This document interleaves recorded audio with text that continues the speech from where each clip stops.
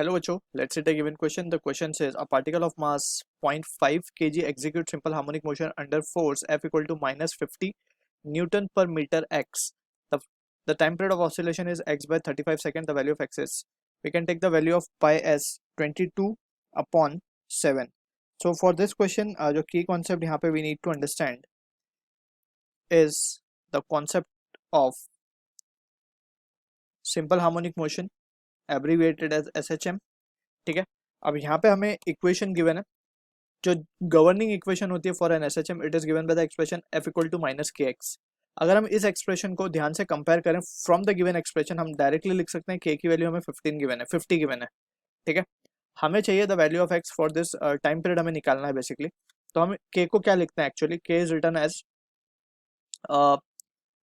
Omega square को हम लिखते हैं basically K by M for an SHM performing particle. ठीक है, तो यहाँ से हम इसको लिख सकते हैं omega square, omega will be nothing but under root K by M. तो के हमारे पास है 50, एम हमारे पास क्या है 0.5, तो ये हो गया 100, तो रूट के बाहर आ गया 10 and it will be radian per second. ठीक है, ओमेगा मिल चुका है, it will be 2 pi by T and that will be equal to 10 radian per second.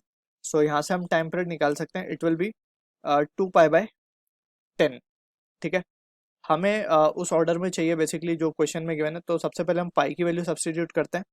पाई की वैल्यू है 22/7, तो 22/70 हो जाएगा ये, and this will become 22/35 seconds. So on comparing we can say therefore x की वैल्यू कितनी आ रही है 22. So this is the answer for the question. I hope you understood the solution. All the best.